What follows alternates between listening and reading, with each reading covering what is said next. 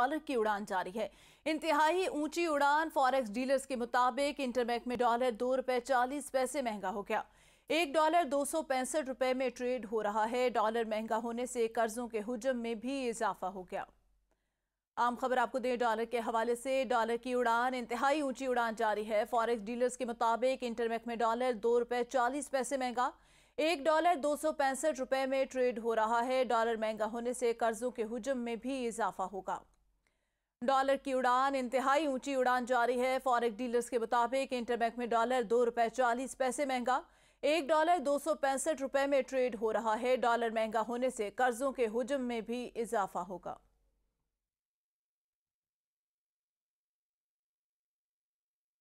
Dollar की ऊंची उड़ान, इंतहाई ऊंची उड़ान जारी है। फॉरेक्स डीलर्स के मुताबिक इंटरबैंक में डॉलर $2.40 महंगा, $1 265 में ट्रेड कर रहा है, जबकि डॉलर महंगा होने से कर्जों के हुजम में भी इजाफा होगा।